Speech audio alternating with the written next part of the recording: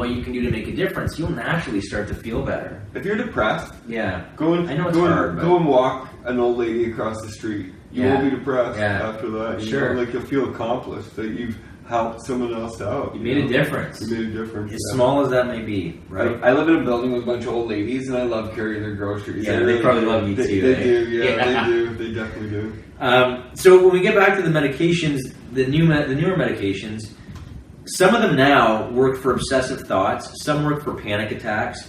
Whatever your worst symptom is, if you describe that with your doctor and you're important with them, it's important to get on the right medication, but they'll be able to guide you to things that will better help you depending on what's the problem. So if you're thinking about hurting yourself or other people and you can't get that thought out of your head, explain that to your doctor, and there'll be a better medication for you than someone that's prone to panic attacks.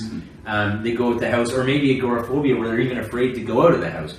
If you explain what the biggest number one issue is that you're dealing with, then your doctor should be able to better help you pick a medication. Right. And medication's come such a long way. It really has. Even when I used medication, it's come a long way in that they really can pinpoint it, right? Like people that live with schizophrenia, they should be on medication. Yeah. Do you know what I mean? And that's the healthiest thing for themselves. Yeah. Do you know what I mean? And that's not just having anxiety or depression. That's exactly. Schizophrenia is a mental illness, just like depression and anxiety, but that certain mental illness needs medication. Absolutely. We're not going to disagree with that. Bipolar, people need medication if they live with bipolar, right? And sometimes people need medication for depression and anxiety, right? Yeah, sure. I think for me, I've worked with those tools and I've used the medication. I found other tools. Yeah. Thank God I got good at guitar. Yeah. I tried a lot. And if you can't get, like, if you're not a musician and you can't get good at guitar, find something that works for you. Or just explore it. Yeah. Explore it, right? Explore yourself. Yeah. I only got into guitar in my sobriety. Really? Yeah. I've never played guitar before, and in my sobriety I've written like 2 songs that have gone on albums. Yeah, that's amazing. You just work hard at it and you can feel accomplished, and accomplishment and acknowledgement is big for humans. Yeah. We want to be acknowledged, and we want to feel accomplished, right? Absolutely. That's a human need, I think. It's not on Maslow's hierarchy, but I think it's there. It should be. So if you're going in to see your doctor and you're contemplating some medication here, just be extremely honest and let them make the right choice for you. That being said, always do your research. Yeah, for sure. If you don't like that decision, don't just go out on your own and say, "Well, I'm going to just self-medicate." Right. Maybe get a second opinion. Go to another doctor. If you disagree with that doctor, find the right doctor. The doctors are there to work for you. Yeah. So just because one gives you something that you don't agree with, try another one. And if they give the same potential advice as the previous doctor and you disagree with it, these are 2 healthcare professionals. Maybe you should listen to it. Maybe you're the one that's wrong, right? So the key to all of this is to keep an open mind. The idea isn't just to manage the symptoms, but improve anxiety altogether. And that's why it's important to change the way you think, even while taking medication. If possible, learn how to alleviate the symptoms and prevent them from happening on your own, and use medication as a last resort, as we're kind of saying, unless you desperately need it. Never alter your medication without talking to your doctor. We're just here to give you some things to think about. Yeah. Really. And we've talked about that. We really don't want you to adjust your medication or start medication you can't start medication without a prescription, I guess. But either way, sit down with your doctor. Sit down with people that love you and support you. And you can listen to their opinions, but just remember in your heart you're going to know what you need and what's right for you. So many people this day and age self-medicate with alcohol, and that's not the answer. There are many healthier ways to cope. Certainly is. So I think you and I are both medicated with alcohol. Is that safe to say? I think it's just socially acceptable. Yeah. You know what I mean? It really is socially acceptable. And the fucking beer store is a lot easier than booking a doctor's appointment or going to a walking clinic. Right. It comes down to the patient's thing and instant gratification. Right. Faith and patience is what the 2 biggest things that I've got in recovery is that you have to have patience, but stay in consistent action. Yeah. Be patient because things don't. It's like talking to a 4-year-old, right? Yeah. And they want that toy in the store right now. And you say, we carry that into our lives as grown-ups. For sure, right?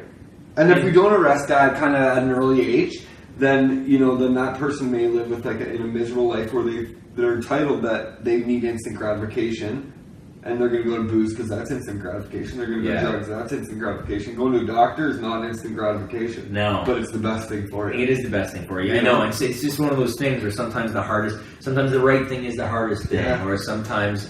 The best thing to do for yourself is the hardest thing to do. That's how my buddy Shawn McCann from Great Big Sea, he always says, if it's hard, I have to do it. Yeah, sure. And those are the things that don't take the easy way. And the same fucking thing, man, with the medication we're talking about. Don't do the easy stuff. The easy thing to do here is to go for that medication, but if you can try this, if you don't necessarily need it and you're open to trying, working and developing yourself, I promise you it will be more rewarding. And that's what it is. It's personal development. It is personal development. It's developing who you really are, your core, and maybe getting outside your comfort zone and doing something that you've never done and you're really good at. Right. And we focus on anxiety and depression, but a lot of the stuff that we're talking about here is like they teach this shit to businesses, right? Absolutely. To become successful, it's to get hardworking employees, a successful environment. So really, at the end of the day, even though we're directing it towards people who are maybe sick, if you want to say that, or they're at I don't want to say you have a disease. I want to say you're at disease. Yeah, it's kind of disease, right? Yeah. If you're in that situation, then we direct this stuff towards you, but it is for everyone. And just be patient with yourself. Be patient with the process.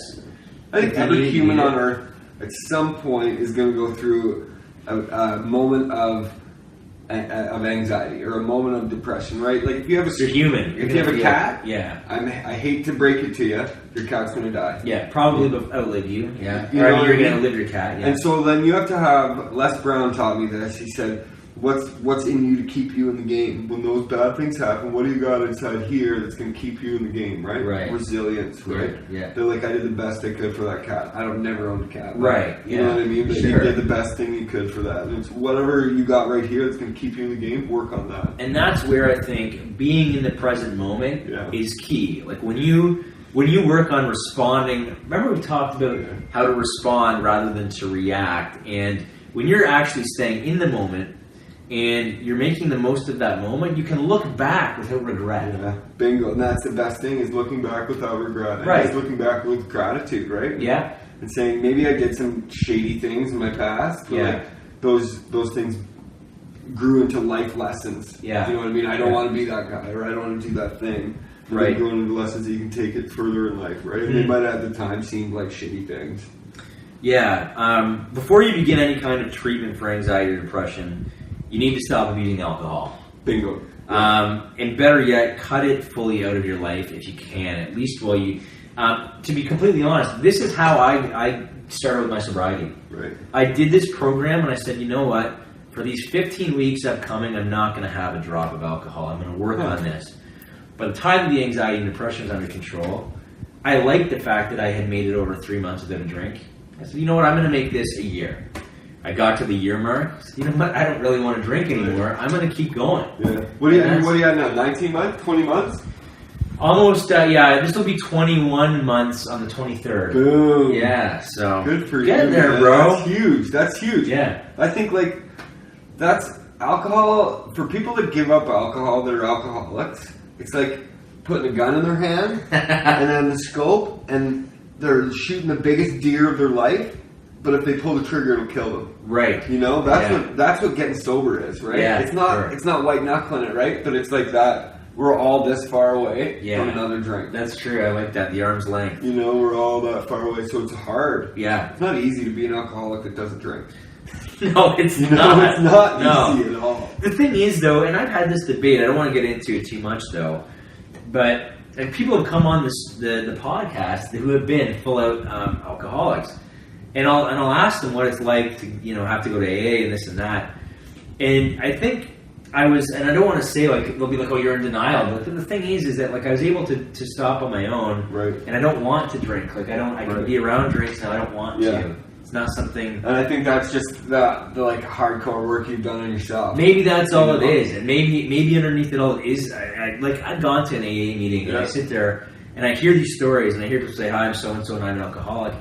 And I've said, hey, I'm Shawn and I'm an alcoholic. I'm like, that doesn't sound right, man. Maybe it's just because I don't like labels. Yeah. But I think that everybody, I don't think you necessarily, it's not always black and white, right? I think recovery is very individualistic. Yeah. So anyway. Because no one's lived the exact same life that you lived every day in, day out. And we're all different, right? Sure. Some things might be similar. Yeah, and certain things obviously work for the majority of people. Right. But not everyone fits in there. Yeah, for sure. I had to find other, like, I went to AA and I had to find other avenues because I'm not only an alcoholic, you know. Right. I struggle with my mental health. I needed to go see a mental health counselor, right? I needed to go see a doctor. I was sick. And that's one thing that you told me. Like, I mean, there's a lot of people that believe these 12-step programs will work for, like, anything in your life, right? But the funny thing is when you go to AA, and I've only been to one meeting ever to help a friend. Right. But when I went there, and you told me this, you're like, man, they don't let you talk about drugs. It's all about alcohol, right? So there's certain things where you can go in and talk about, what is it, like NA is Narcotics Anonymous? Yeah, Narcotics Anonymous, and CA is the Cocaine Anonymous. Right, so it's almost like you have these different groups for whatever your poison is, I guess. I think we should just all be inclusive. Yeah. We're all people, right? And we all have why isn't there something where you can just, like, if you want to talk about coke, we should make one. Yeah, we should. It's an all-inclusive, like, you could be recovering from an eating disorder. Let's fucking address that. But you could be having a struggle with gambling. It should literally just be recovery. Right. That's it. Anyway, and then we can have everyone... Because we put everyone in these small jars now. Do you know what I mean? We say, we're going to shake this jar up, but don't talk about that jar. Yeah. Do you know what I mean? And meanwhile, we're... Rarely are you drinking... Rarely are you just an alcoholic, right? Very rarely. Right. I mean, I know a few, but for me, if I had, like... It was bad. Like, I'd have 6 beers, and I'd be like, call them. Yeah, exactly. Make that call. Make that call. Still drink, and still get whatever I was going to get, right? Yeah. 6 beers, 6 or 7 was kind of my... You always want to switch it up. Yeah. The alcohol gives you that courage to do that. Courage, yeah. I want more. And then the liquor, right? Then, like, not beers, then it's liquor, and you make dumb decisions. Yeah. So, as we're talking about drinking problems, if you feel like you have a drinking problem... fix that before you do anything else. Yeah, don't try to go through this program if you don't have your alcohol addiction or whatever addiction under control.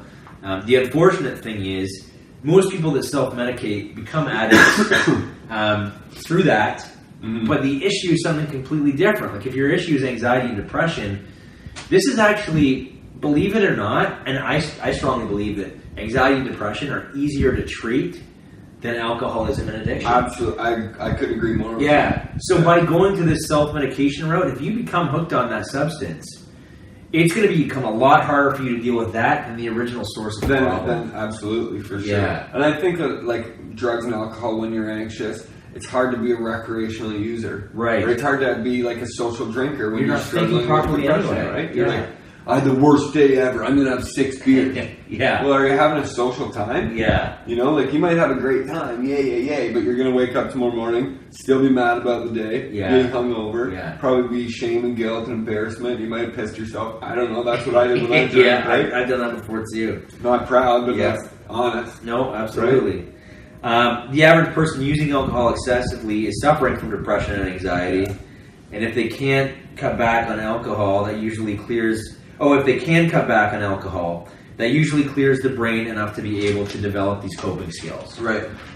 So, I like that when they said that if you're abusing alcohol, that more than likely you're struggling with anxiety or depression, right? Yeah, and that's just a high percentage. Huge. Yeah. I think that, like, the stat 1 in 5, I love that because it's my business, right? Yeah. But I honestly think that's a very conservative number. I think that it's like more like 1 to 3, maybe 50% of Canadians deal with this stuff. And I think I think we've kind of gone over the topic that if you're human, you will at one point in your life. Anxiety is a part of life. Yeah. Depression is a part of life. Yeah. So if we're going to put those in a mental illness category, then it's then 1 in 1. Right, 1 in 1. Yeah. Every single person. Right. And even if it is, and we know that statistically now they're saying that, like, it's 1 in 4 in a year and 1 in 3 in a lifetime. Right. So that means that if you get married and have a kid, one of you is going to be dealing with mental illness. That's right. So anyone that starts a family, basically. That's it. Right? You know? So we need to start teaching the tools. That's right. So why isn't this a bigger topic of conversation? Like, I don't know if we're, in our lifetime, we're ever going to get rid of stigma. But maybe in our grandchildren's lifetime, they won't even know what stigma is. Someone might come up to them and say, "Oh, I'm really struggling with my anxiety," and that person's just going to say, "Here, I know exactly where to bring you." Right, sure. You know, like that. That would be the ultimate. That would be the ultimate. That we could just, you know, someone could say, "Hey, I see that you're struggling with depression. Can I take you to a